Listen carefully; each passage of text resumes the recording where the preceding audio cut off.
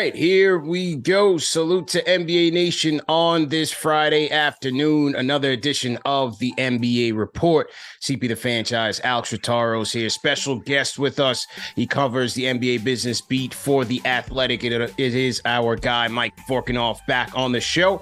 On today's episode, man, we're going to talk about Wemby Mania. Has Victor Wembanyama finally arrived? We're going to talk about his monster performance against the Phoenix Suns last night. The in-season tournament is kicking off today. We're going to get you guys ready for that and react to it. Lots of mixed feelings amongst the NBA landscape in terms of this in-season tournament. So we're going to break that all down. Philadelphia is on a roll, winning 3 games in a row. They seem to be heading in the right direction. And James Harden breaks his silence in his press conference with the Los Angeles Clippers. So we're going to talk about that and just talk about where those teams are headed. So make sure you guys hit the like button, hit the share button, and subscribe to the channel. Another edition of the NBA Report. All right, fellas, let's kick this thing off real quick, man, because San Antonio and Phoenix, their second game in 3 nights in Phoenix, 2 home games for the Phoenix Suns. NBA starting to implement that schedule where they're trying to cut down on travel time. So you're seeing a lot of these, home and homes or back-to-back sort of situations here. Spurs haven't taken game 1 of this little mini series. Start off the game jumping out the gates, man. Blitzing this Phoenix Suns team. Devin Booker coming back for the Suns. You had the Spurs up by as much as 27 points in this game. Phoenix would ultimately, in the second half, get themselves together, start making a run here, led by Booker, led by Kevin Durant, and they would ultimately tie this game up with 4 minutes left. Then it was Wemby time. Spurs would go on a 12-0 run in the final 4 minutes of the game, led by Victor Wembanyama with 10 of those points, 38 points, 10 rebounds for Wembanyama, and the Suns win again. And the Spurs, win again, beating the Suns 132-121, man. Mike, start us off. What was your impressions watching this game last night and seeing what this phenom is doing right now? Just incredible stuff, man. It just felt like a revelation. Like, this felt like the full coming of like everything we heard about with Wembanyama, right? We saw it all, the length, the finishing, the rim protection, the pull-up three-point shooting. Like, I still can't get over he hit that 3. I think you're showing the highlight right now. Shakes a guy off, dribbles left, pulls up. He's 7'4", man. He's 7'4". It is ridiculous, the amount of skill and size that he has. And he's like, I've never seen a guy just body someone just with his arms. Like, that's it. Like, it's crazy the length he has. It's insane, man. And, I went to Summer League with the intention of watching this guy up close and personal, watch this first game, watching the preseason. And I'm still amazed at what I'm seeing, man. Even in the pregame warmups, when you're seeing him doing dribble drills and, he's bouncing the ball in between his legs. I've never seen a player at that height so fluid, so balanced in his attack on the court at such a young age, and coming from a whole different league. To be out there on the court and you're watching him, and he's the best player on the court that has Devin Booker and Kevin Durant. That's telling you something, man. And it's not just the skill set, it's the poise, it's the maturity. He's 15 of 19 in the fourth quarter. You're watching him off the dribble, step into threes at 7'5". He's doing give and goes, taking off from damn near the free throw line and catching alley-oops over guys. And then, by the way, he's 7'5", Al, and you could just dump it down to him. He could turn around and literally drop it in the basket without even jumping. It's incredible, man. It's insane. And there's a play in the fourth quarter where he finished through contact and it looked like he gave like the go-go gadget arm just to get the dunk. I think it was over Kevin Durant. And I'm like, yo, that is, you can't stop that, man. You just cannot stop what Victor Wembanyama is doing right now. And I'm just impressed by this young Spurs team, man, because last year they were in the basement. Now we're talking about you get Victor Wembanyama, and now, they're 3-2. You're taking on the Phoenix Suns, who are, supposed to be a championship caliber team with Devin Booker, Kevin Durant, and now Bradley Beal, even though Beal hasn't played. But still, to take down Book and Kevin Durant, and for Wembanyama to drop 38 when you had Book drop 31 and you also had KD drop 28, but Victor Wembanyama goes, as you said, CP, he went 15. What was it? 15 for right now it's 15 and 19, and well, in that game, he went 15 for 26. Man, we're talking about 56% from the field. That's super efficient, and he's making like the right decisions while he's on the court. Man, it's insane. I'm just impressed with what Wemby's doing, considering that there was a lot of like, I don't know about this guy during the first summer league game. It's like, is this guy really supposed to be? And then now you just see him playing. It's just been so impressive. Yeah, but that was always crazy. Like the people who were trying to judge him off summer league, the guy was basically on a 3-week marketing tour after he played a full season in France, and then the NBA is like, "Hey, do this press conference, do that press conference. We need you at the draft, and then can you just play 2 games in Vegas when you're probably gassed beyond belief?" And you could tell how tired he was, and he did it because you got to play summer league. That's the thing. But as soon as you saw him play in preseason, where he was, he had a full summer off, he got to do all the stuff he needs to do. You could just tell how much like more pop he had, how much more energetic he had. Yeah. But I'm surprised that he's doing this now. Like this is 5 games into the season. And the thing that's really interesting to me is I think you'd have to check the stats, but I feel like the trend with him is he doesn't get it going scoring wise until like the fourth quarter, right?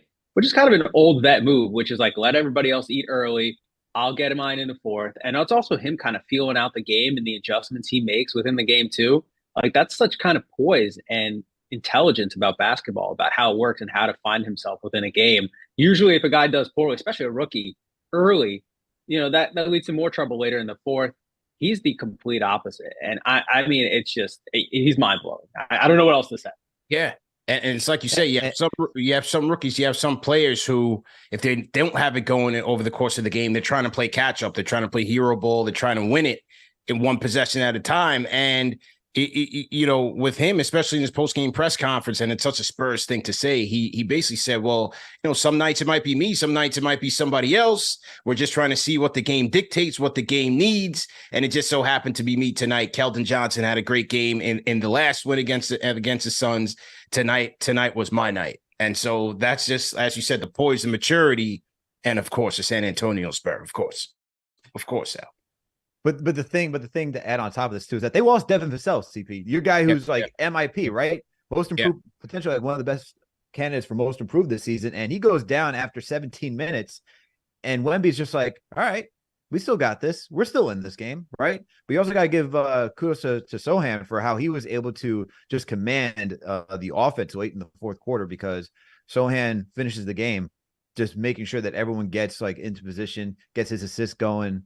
Yep, this Spurs team, man, it's interesting. Very interesting. They got the height, the wingspan right now.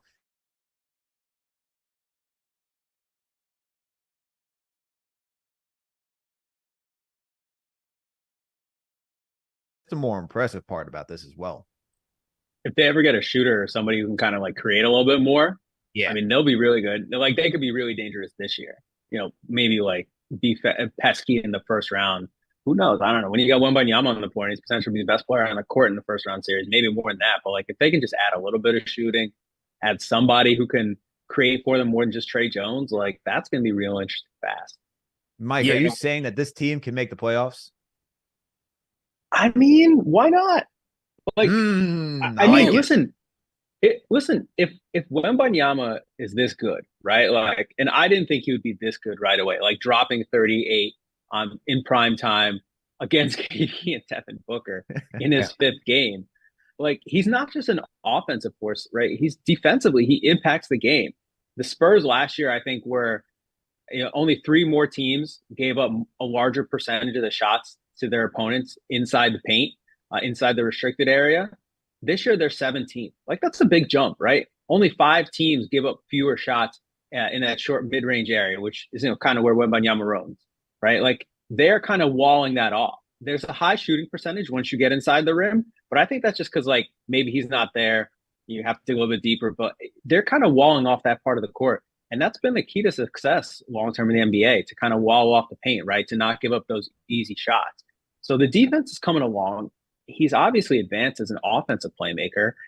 Who knows? Why not? Why not? You never know how things are going to go over a long season. Who gets hurt? Who disappoints? Like the Grizzlies are 0-5 already, right? Like we don't know what's going to happen. That's a team that could be coming back if they don't get things together and as they wait for Ja Morant. And look, there's 10 slots, right? You still have to play in. So you have 10 slots now, not necessarily 8. And as you said, I mean, you have a potential here with Wembanyama, who could win the Rookie of the Year and the Defensive Player of the Year for the first time. It's never been done. You had Jordan, you had David Robinson, who both won Rookie of the Year and Defensive Player of the Year in separate years. But you could have this in the same year. And Wembanyama kind of set the tone in this game when Devin Booker's flying into the lane and he sent him to the floor early. So, as you said, man, teams are second guessing themselves when they're trying to go inside on them.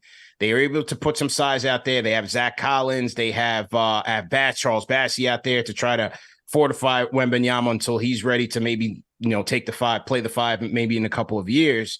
But defensively, they got a lot of length. They have wingspan. You have Sohan, who, although offensively, it could get questionable, he still reads the game well. And then he's on the defensive end. He can guard multiple positions. You have Vassell, who I love. I think he's an MIP candidate for sure. He's just one ball of energy and a high profile 3-and-D wing. So, hey, we'll see what happens, man. But so far, I think one of the takeaways I drafted in terms of this stretch, this little 2-game series, was the resiliency of the Spurs. They lost to the Clippers by 40, but here you have in this game, they showed a lot of resiliency. In the first night's win, they came back from being down by 20 and won the game in the fourth quarter, led by Wembanyama. Now, in this game, in last night's game, they're the ones that are up. Obviously, you have to expect KD and Book to mount the comeback, which they did. And with the game tied 4 minutes left, it's the Spurs that go on a 12-0 run with Wembanyama leading the way and taking that over, man. So I thought that was good resiliency, good experience for a young team. Yeah, and I mean, I think Wemby's only going to get better too. Like, that's the thing. Again, this is 5 games into his NBA career, right? Like, and he's shown that he's a guy who picks up things. He's a guy who can adjust to the situation that he's in. And so as he kind of gets more inputs basically into his basketball mind, like, I think he's going to improve and he's going to learn. And I don't know if the Spurs would actually make a move to kind of help the team this year, maybe if the right opportunity.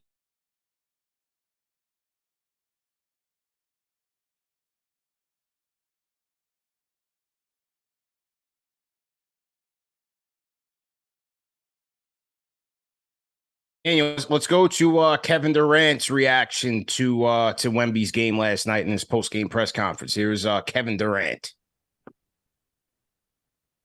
I don't see anybody else in this game. I mean, I know we both skinny, and I'm sure he said he watched me growing up, but he's his own player. I don't think I'm sure he watched so many great players in the league and try to emulate just about everybody. You could tell. And his enthusiasm for the game, you could tell that through the TV and playing against him. So he's his own player person. He's going to create his own lane. He's much different than anybody who's ever played. And you can try to compare, but he's going to carve out his own lane. I mean, you're sitting there watching this game, man, and they're on the free throw line, and he's Wembanyama's towering over KD. It's incredible, man. Mike, in your years on the beat, you covered the Knicks. I'm sure you've seen a lot of guys beat the Knicks up in their building. Have you seen any of these games jump out at you, like those like coming out party games? Do you remember that as on your years covering the Knicks? No, I mean, I don't think anything like this. I think the guys who got there had already arrived. They just love to use MSG as a stage. I mean, right. Wemby's coming to MSG next Wednesday, right? Yep. Yeah. So I'm sure he's very this is someone who comes into the league knowing a lot about the NBA and kind of just like the traditions of it and the things that make it work. So I'm sure he's got some own interest in putting on a good performance. But I also don't think we've seen anyone in the last few years who's come on like Wemby has. Like, probably Luka Doncic is the only one who's come on and been this good this early on. And when they came to MSG and they had their coming out party, they're already a little bit further into the league, further into where they were. And Wemby's going to hit New York City, 7-8 games in to his career. Absolutely, man. Wemby versus Mitchell Robinson, box office. Get your popcorn ready. Al, for the Suns, 2-3 in the campaign very early. You saw Booker come back from the foot injury, 31 points for him, 10 of 19, 5 of 7 from downtown, 13 dimes, being the point guard that they needed. No Beal so far. I don't know. What do you think about the Suns so far, man?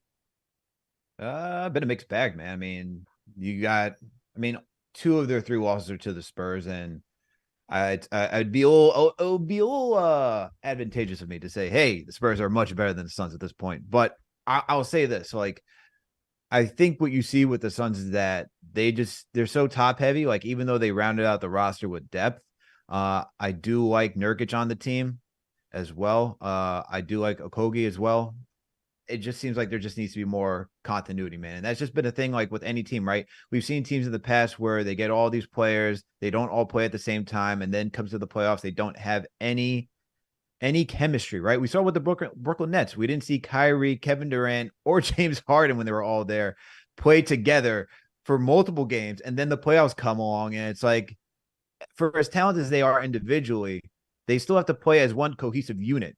So I'm still waiting to see what this Phoenix Suns will look like with Bradley Beal, but Bradley Beal being injured early in the season. Then you had Book miss some time early in the season. Kevin Durant is known to miss some time during the middle of the season as well. And look, Beal is in and out of the rotation, as we saw out in Washington. So I'm not really encouraged by this Phoenix Suns team because of these players' injury history. But look, to still have Book and Kevin Durant just go out there and still Book doesn't seem like he missed any time at all and dropped 31 points efficiently. They're going to be in the mix, man. They should be a top 6 team, but how far they make it will be based on, will these guys get enough reps together, and how the rest of the West shakes out.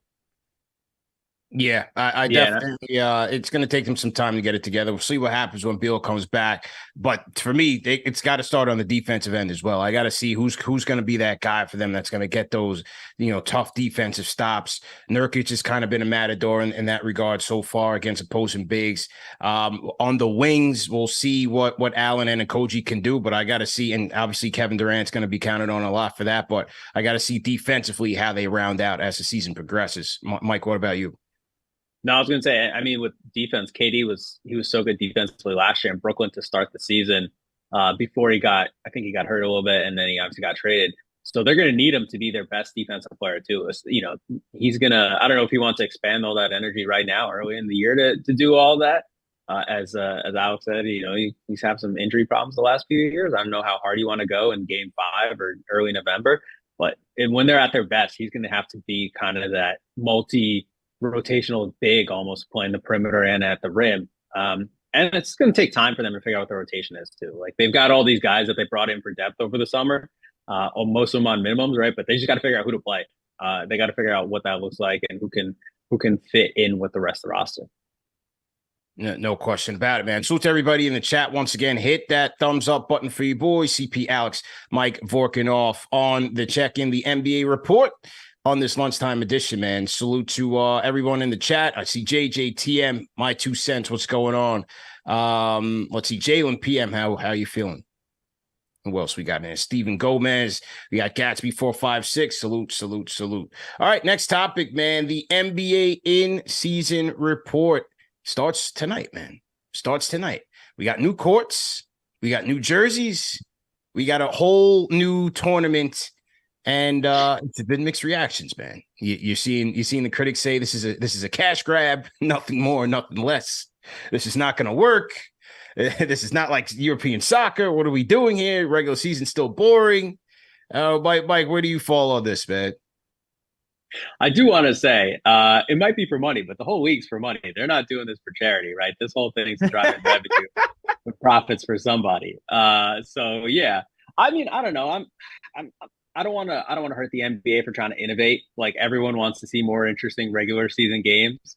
If this is a way to do it, ultimately, that's cool. If this works out, and like in December 7th and December 9th, and we're all like, man, who's going to win the NBA season, the in-season tournament? Who's going to get that NBA Cup? That's great for the NBA. If there's really probably no downside, nobody cares. Well, then it's just other regular season games. Whatever. I don't know how you get the players to care necessarily. The kind of the responses I've seen so far have been like, okay, cool. We'll see what it is. Again, maybe it's different when they get to be more competitive when they get to the quarters or the semis or whatever. And then there's also real money on the line, $500,000 to every winning team. I think 250K to second place. So we'll see what happens then. For me, I think the biggest thing tonight, like the first night and probably the first few nights, is just how different it's all going to look. Like you've seen the courts. Yeah. They're rocking them with those City Edition jerseys. Yeah. Those are always kind of hit or miss. The jerseys aren't always good. So that means some of the courts are not going to be good. And I think I've seen all 30. I think some people are going to be surprised at some of these jerseys. You know what? And Al, real quick, just to go through some of the concept, right? You have 8 groups. They're going to play 4 games. The winners of each group will meet in the knockout stage, which will be quarterfinals, semifinals, and finals. Semifinals and finals will be in Las Vegas, neutral site. And that will be the finals is December 9th. I believe the quarterfinals is either the 6th or the 7th. And that's ultimately how this thing is going to shake out. The winners, each player will get $500,000 each on the winning team. Runners up get $200K. Semifinalists get $100K, and then quarterfinalists get $50K. The winning coach gets $500K as well, and then the assistant coaches, as noted by Woj today, the assistant coaches will get 75% of the winning coach's pot. So everybody eats. Everybody eats a little bit, man. Look, I think, like you said, Mike, it can't get worse, right? It's not going to make the league worse. Is it a cash grab? I mean, look, every league, every commissioner is looking to expand their reach, expand their awareness, and get money. Yes, we're in a capitalistic society, right? Every business is out there to make money. Everybody wants to eat. So the cash grab thing, that's just the nature of business in sports. It'll never be what European soccer is. I've said it, for a while. You're never going to get those dream matchups. You're never going to get the Messi versus Ronaldo. They're dodging each other left, right, and center. But maybe in this tournament we'll get that. Like, you're never going to get that. And you have the FIBA World Cup. You have the Olympics for those sort of international competitions. But within the NBA, yeah, you're going to get Knicks versus Wizards on November 24th, right? So how do you make it different? You spice up the court. You add some new jerseys. The NBA marketing machine is as good as any. And you see what happens, right? It took us a while to come around to the play-in. You look at what happened last year. It was a resounding success. Maybe this will be in a couple of years. Who knows? Here, work with me. This is maybe the best analogy. I just thought of this. Maybe the best analogy for this is really just coming from wrestling, right? And the Royal Rumble. It's the same guys you see all the time, but now we put them in a different format, and maybe it just turns out to be way more fun. There you go. I don't know. There you go. Because I agree with you. It's not gonna be European soccer, right? Like, what we love about Champions League or the FA Cup or any kind of national cup, like where all the different teams from either different countries or for the many different teams in each country, like that's not happening. It's the same 30 teams, at least for now. So that's going to be the same. So I think it's probably not the right comparison. But if it had some juice, if you were going to watch a game December 7th, you're probably, maybe you're still not going to watch a game December 7th. But maybe this pulls in someone who wasn't going to watch a game December 7th. We'll see how it goes. And if the NBA is able to sell this off as another media rights package in 2025 when they go to market, then it's probably a success for them because they made a little more money in their national rights deals. I'm excited for this, man. I think, look, the regular season gets boring. It gets daunting. Like, we need a little bit of a shakeup. I like the fact that we're trying something new, something different. You get the in-season tournament. And I think when you talk about matchups that we probably don't see, remember how years ago we were all waiting for that finals matchup between LeBron James and Kobe Bryant, but we never got that matchup. Well, maybe you can start marketing something like that where it's like 2 teams, where there's 2 young teams that you don't get to see that often. Maybe it's the Pacers and the Oklahoma City Thunder that are in the championship finals for the in-season tournament. Maybe you want to see 2 young teams go at it. Maybe you get to see LeBron James and who else? Maybe the Boston Celtics go fight for that in-season tournament. I think it could be fun. It just, it's all based on how you market it, how the players gravitate towards the in-season tournament. I think it should be more money. I think if you add a little bit more cash to make this more enticing for the players, I think we'd see a little bit more. Maybe we'll see even more effort, but we'll see what it is right now. As for the courts, I mean, I just sent in the Slack, CP, if you want to pull it up. The OKC court is just unveiled, and they're showing a video of it, and not too thrilled, man. I can tell you that I'm not too thrilled about just the colors that are being shown of like all the blue and stuff like that. I think it's a little too much. For my liking, it's a little too much color. I think it's going to be distracting. Do any of you guys remember when the NFL had, what was it? The colorway jerseys. Remember the colorway jerseys? Yeah. Remember when the Jets and the Bills played and it was just Christmas and you had people who are blind, were not able to see either team? That's how I feel watching this game right now. I'm gonna have to turn down the brightness when I see the Knicks. I'm gonna have to turn up the brightness to see the Pelicans score because it's gonna be dark purple. Come on, guys. The NBA, like, I get being different to make it stand out. The marketing, CP, we talked about this on the last show, but man, we're gonna use the main colors as the court floor. Yeah. I don't. I'm curious to see what the league wide shooting percentages are going to be on these. It's got to dip, man. This thing's got to be a distraction. Yeah. Go ahead, Mike. I was going to say, I was thinking this through. What do you think is like the right team to win this thing this year? That would be like the kind of the perfect team to win it. Would it be like a title contender, and then everyone else says, well, yeah, the best teams are winning? If it's a really bad team, it's going to be like everyone saying, maybe that no one really cares about it. Like, what's the perfect team to win it that will kind of validate this thing? Spurs. Spurs? Wemby. I like it. Yeah. Wemby. I think you want to show that there is parity in the league, right? And that, yes, when it comes down to a series, 9 times out of 10, the best team is going to win. But in this tournament where you have knockout stage competition, I think showing that, here's a small market team, here's the potential rookie of the year, and they won something substantial in the midseason tournament. I think that's a good sell. And who's the opponent, CP? Who's the opponent for the Spurs that they'd have to face in order to really sell this thing? The Lakers. The Lakers. Oh, man.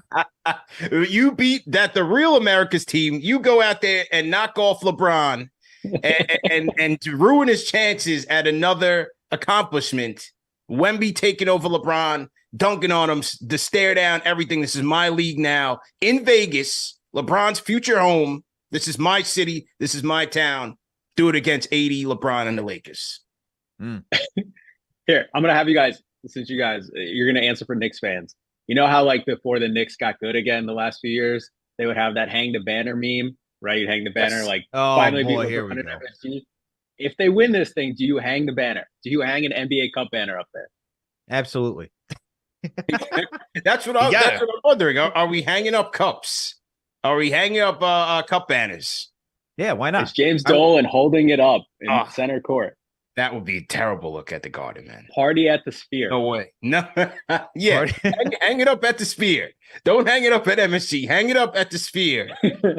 We can't. You're going to change that tune real quick when the Knicks win it all. You were in Vegas watching them win it, and you're like, hang that banner. Listen, there's no joke. There's everything. No one is going to take this as seriously as Tom Thibodeau. Are you kidding me? Oh, yeah. My God, that guy's going to be trying to win this thing like every night. It's going to be crazy. Hey, man, he needs to have a championship as a head coach. This would be one trophy. Absolutely, man. Shout out to Gambler the Bar. $10 super chat says they should take the games to markets that don't usually get games. Maybe play outside, do something. That'd be interesting. Okay. I mean, they took the finals. Vegas is, all roads are leading to Vegas for the NBA, right? You have Summer League now. You have in-season tournament. You got the Sphere. You're waiting for LeBron to wrap it up so he can get his team out there when they do the expansion after the TV rights. But other courts will be nice, What about like a heated game on Rucker Park? We could. Yeah. Try to make it happen. Yeah, why not? So we're taking this game outdoors now, huh? Make it outside. Why not, man? They do that for college. Yeah. I'd love to see it for the NBA. Yeah. Even though the one they did at Iowa for Caitlin Cooper looked like a disaster, man. I don't know what was going on. They had them outside of like 40-degree weather on the Iowa Hawkeyes football field where like the court was on one end zone and then you had people sitting even all on the opposite end zone. Like, I don't know. That one was a little bit of a nightmare, man, but we'll see. All you need is the Knicks to play on the Intrepid. and then you have a massive gust of wind. There you go. There you go, man. If you look at some of these groups, man, I don't know if you guys have looked at some of these groups as the league looks right now, 5 or 6 games in.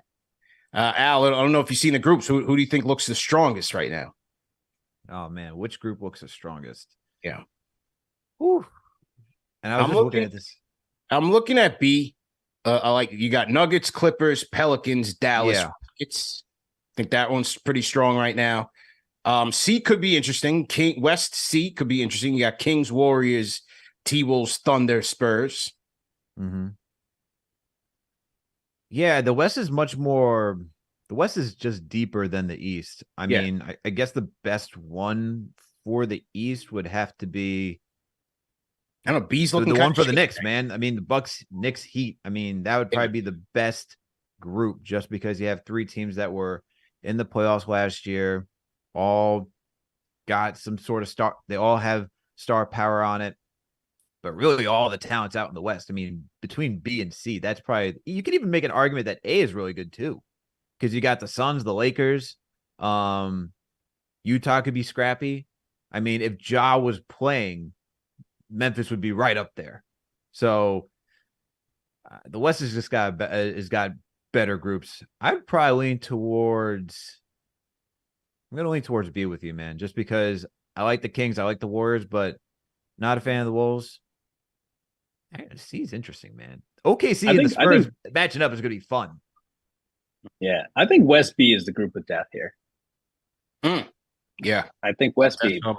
Denver, Clips, Pelicans, Mavericks, maybe the Rockets will be feisty. Who knows? But I think that's the group of death. I think that's the one. And then East A is, a little forgettable. East A that is dark. It's rough, man. It is rough. But yeah, listen, man, I'm gonna give this thing a chance. I'm gonna give this thing a chance. Starting tonight. Get off the lawn, CP. Get off the lawn. Go back inside. I'm going to give this thing a chance. Absolutely. I'm locked in. I got my city edition jersey on order, even though I didn't like them. I get them every year. I'm gonna get one. I'm participating, man. I'm in. Market here's the real question, because that's going to determine it for a lot of folks. Like, can you bet on who wins which group? Can you bet on who wins the in-season tournament? I don't know. You can check your little betting provider. I bet if you can, though, like people are going to start tuning in. Oh yeah, absolutely, and I wouldn't be surprised if those lines are on, every telecast tonight. But by the way, you can get in on the go ahead and get your buddy up. Yeah, absolutely, man. Gotta be a good one, and we'll see what happens tonight as they kick off. And tonight you have Knicks and Bucks kicking off tonight, as well as you have Cleveland Pacers, you have Miami, Washington, Brooklyn, Chicago, OKC, Golden State, Denver, Dallas, and Memphis and Portland. So there we go. Kickoff of the in-season tournament, man. All right, next topic. We got Raptors visiting Philadelphia, man. Nick Nurse's old team, the Raptors, heading into Philly to take on Joel Embiid, Tyrese Maxey, and the Philadelphia 76ers. And this was all Philly, man. No problem for Philly as they made quick work out of the Raptors, man. 114-99. You had Joel Embiid in this one, 28, 13, and 7. Tyrese Maxey chipping in with 18. Kelly Oubre continues to shoot the ball well for the Sixers. 23 points for Oubre and 23 for Tobias Harris, who continues to shoot the ball efficiently, man. 10 of 17 for Tobias Harris. And so far, shooting 63% from the field, 47% from 3 for Harris, man. Mike, you wrote a piece on Philadelphia post Harden trade today. Just came out today on The Athletic. The trade is over. The drama's over for now. What do you think about where Philly stands in this thing going forward? It's interesting because now they go from waiting on the Harden deal to get done to waiting for the next one to get done. They got all these picks, right? Daryl Morey's been explicit. He wants to do something with them. He wants to do something with them before the offseason, before free agency. He's going to have cap space next summer, but I think he wants to use it to re-sign whoever he trades for. I'm sure he hopes by this trade deadline. And so they got, those 2 firsts that they got from the Clippers. They got a pick swap. I think they still have 1 or 2 of their own picks left that they can trade for someone. And obviously they got the contracts. that they got them from the Clippers. They can't be aggregated for a few months, if I remember the CBA correctly. Now it's like basically they're biding their time, right? Like who's going to be available early February? And because I think everyone kind of agrees, as well as Philly has played so far, they're probably still a step behind the Celtics, the Bucks, right? Like Maxi's been nice. He's had a good start to it. Tobias Harris probably won't shoot 63% for the rest of the year. Joel Embiid is obviously awesome, but he's had some troubles in the playoffs too. And so now everyone's just kind of waiting to see what is this big move going to be that Daryl Morey tries to pull in February. I don't know. What do you guys think? Like, who's available? Who do you think they should go after? Well, from this team that they just played last night, could it be Anunoby? Could it be Siakam? Is it a Zach LaVine? I don't know how much longer Chicago pretends that they've got something going there. I mean, it was disaster when they put all their chips in the middle for Vucevic, and it's still been a disaster. Obviously Lonzo injury hurt them. So I think it could be one of those three guys. Those are the three guys I'm looking at. Do you guys trade, 3 firsts and a few contracts for OG Anunoby and then pay him the max? Like, is that something you would do? That's the tough. max. That's tough. Like that's what he's going to want in free agency. He's going to be unrestricted. That's tough. Who would give him he's not a max player. I would just like to see who would give him a max contract to just take up that much salary cap on the books. Like he's not taking to pay him over 30% of the cap for a team. I mean, he's not that much of a difference maker. And I feel like if you just do that and then you waste the opportunity to actually add other valuable talent, that's just crippling any other team. I wouldn't necessarily do that, but I would probably I don't know. What do you think the Sixers need? Do you think they need more offense or do you think they need more defensive versatility? Because that would kind of answer if they go for an Anunoby or a Zach LaVine. For me, I probably think they should go with. I'd probably go defensive more than offensive, just because you're gonna be facing the Celtics and the Bucks. So Bucks right now showing that they have a porous defense. I think they're 29th or 30th in the league right now for defensive rating. So I know it's still early, things can change, but their defense has been questionable. Celtics, on the other hand, have shown to be a much more versatile offensive team this year with Drew and KP. So maybe you add someone like an Anunoby so that way you can switch amongst Tatum and Brown. Maybe go think about that direction. Wouldn't necessarily lead towards LaVine because as much as he gives you offense, you're still going to need to play championship level caliber defense. So I think OG would probably be the best way, or even Pascal. Like one of those two guys, the Sixers should probably target to add to the Embiid and Maxey duo. I think you can make a case for both sides of the ball. I think you could make a case for having someone who's a bit more versatile defensively, a bit fresher legs. Yes, they got a lot of defensive depth in the Harden trade and Morris and Batum and Covington, but those guys have seen better days. Maybe you want to invest in a brighter talent there, someone who's a bit more versatile at this stage in the game, so you can make a case there. And then for LaVine, hey, if you're concerned with Joel Embiid disappearing in the playoffs, then having another shot creator, another bucket getter that can get you tough shots when defenses are hankering down and you don't want to put everything on Maxey to do everything, I think you can make a case for LaVine as well on the offensive end.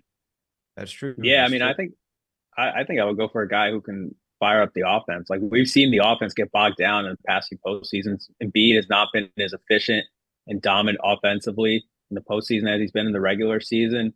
Like Tyrese Maxey had some trouble last night because OG Anunoby got put on him for spurts, and that's when he was really quiet and they couldn't create in the half court. He was kind of like waving the ball off from going to him and going to the other side of the court while OG was guarding him, and he got his buckets in transition really until late in the game. And look, Anunoby's one of the probably handful best on-ball wing defenders in the league, but that becomes a problem if Philly faces someone who's a really good big wing in the playoffs. You need someone else to create some offense alongside it and take some of the heat off Embiid. So I'd go with someone like that. I mean, I don't know. It's going to be tough. If you trade for Anunoby, I think you still need someone to create offensively alongside Maxey and Embiid so it doesn't solve those types of problems. And LaVine would be interesting. Donovan Mitchell would be interesting.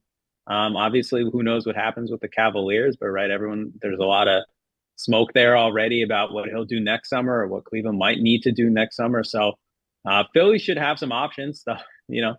I can't imagine what trade talks would look like between the Raptors and the 76ers with Masai on one side and with Daryl on the other side. That would be interesting. Let them go to war. Yeah, like the way those guys negotiate, it would be fun. Let God sort them out. Absolutely, man. And then on the other side, you have James Harden speaking to the media yesterday as a member of the Los Angeles Clippers. Felt like he said he was on a leash with the Sixers. Felt like he was lied to. And then this was the controversial statement that he made. Daniel, let's pull up the Harden comment and react to it. I don't think when I'm in a leash, I'm not meant just shooting the basketball every time. I meant like I think the game and I'm a creator on the court. You know what I mean? So if I got a voice to where I can, hey coach, I see this. You know what you think about this? Then it's like, oh, okay. Like somebody that trusts me, that believes in me, that understands me, that I'm just not I'm not a system player. I am a system.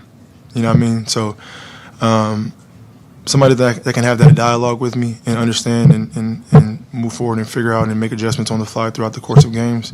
That's all I really care about. You know what I mean? It's not about me scoring the basketball, scoring 34 points. I've done it already. So that's what I meant by that. I know that you have time. I don't think.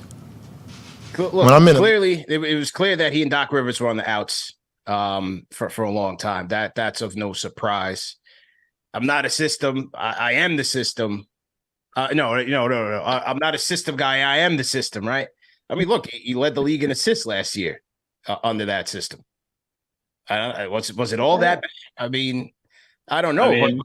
But the thing is that you're going to a Clipper team where they've got everything set. Like, you need to just kind of fill a role for them. They don't need you. So he's got to be part of a system. So he's got to be part of you're going to be part of a system. And the system is a system of Kawhi Leonard, because that's how the Clippers are going to go as far as he takes them and as far as their health takes them. So hopefully for James Harden, it's a little bit, different mentality going to the Clippers, because this is his best chance. Just do or die now to get a chip, man. It's his best chance. Look, man, I don't agree with what he said, but that is going to be the hardest quote of the entire NBA season. Like, who's topping that? Who's topping that? Who's topping that? Yeah. It's like dropping Jay-Z lyrics, right? He's not a businessman. He's a businessman. I was thinking that same line, Mike. Embiid was funny. Like, he was asked about that last night, and he's like, look, we put the ball in his hands all the time. So, like, he could do what he wants. Yeah. And so I mean, it's kind of a low-key clapback right there. So I mean, you know how they feel, and he's right. Like, listen, James Harden, only one person had the ball more often last year in the NBA than James Harden. Right.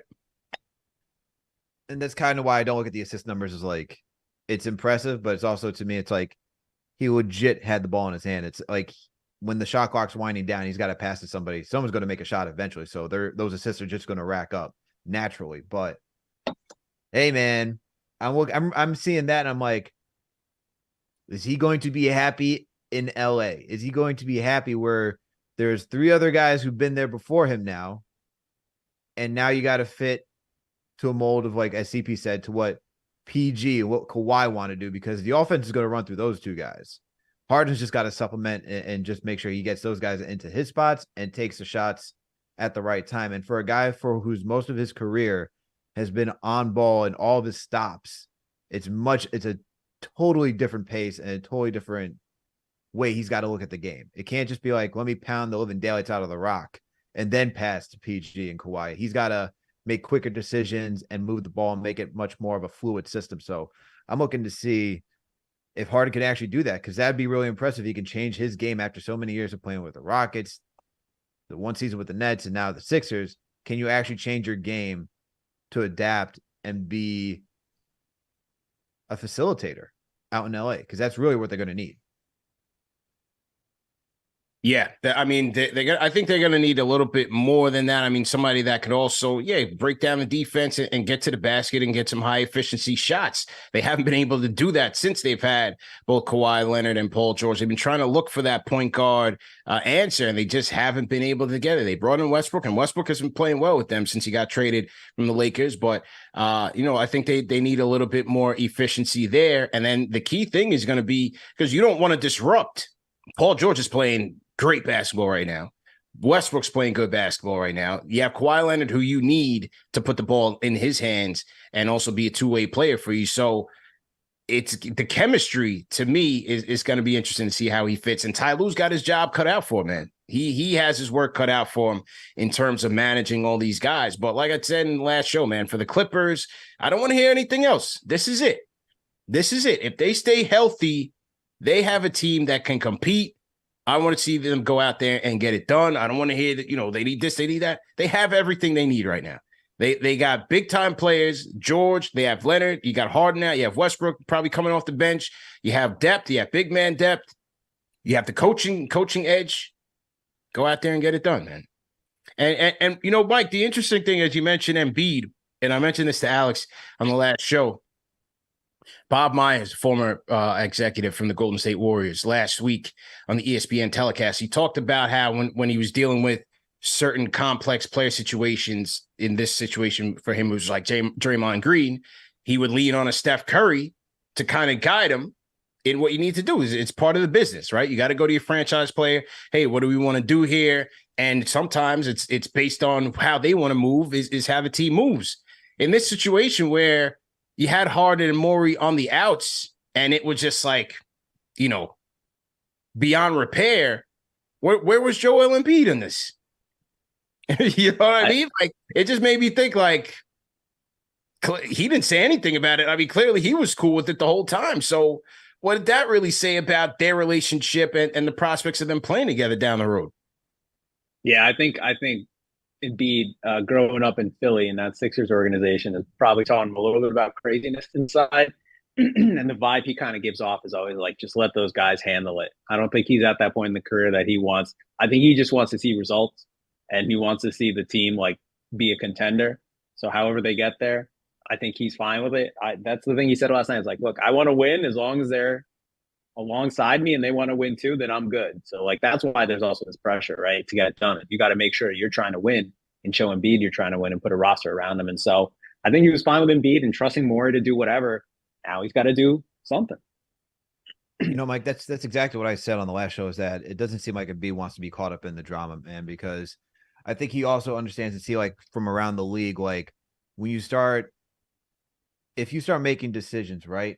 And LeBron's got pushback for it, but LeBron's actually got championships under his belt. So you can kind of step back and you can criticize after LeBron leaves the team and see how it just craters, but you got to let him kind of do his thing because he's brought results. If Embiid starts getting into saying, we need this guy, that guy, and you don't start getting results and you start having a player that's making all these demands and start, becoming entangled with the front office and saying, this is what I think the team should be doing, then you're going to have not only the front office, but you're going to have the fan base looking at you, be like, why are we letting a player do X, Y, and Z? Shouldn't we be leaving it to the front office? And there could be even bigger backlash than that. And I don't think Embiid wants to deal with all of that. And as you mentioned, Philly, like New York, like Boston, it's a tough city to play in.